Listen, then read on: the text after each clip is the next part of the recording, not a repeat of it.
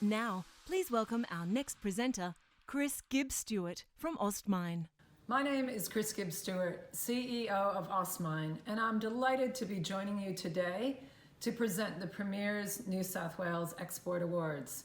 For over 30 years, Ostmine has been bringing international opportunities to our members. We are very proud to represent the Australian met sector, a world-leading $18 billion industry that has a footprint that spans the globe.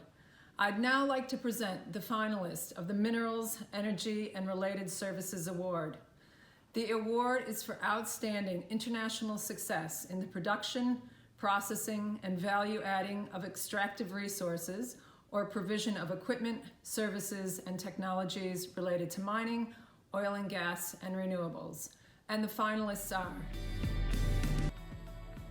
Pyrosales produces a range of temperature sensors used for the monitoring and control of industry processes, specialising in custom engineered products and tailored to customer service. Pyrosales was established in 1974 and is a manufacturer of industrial thermometers.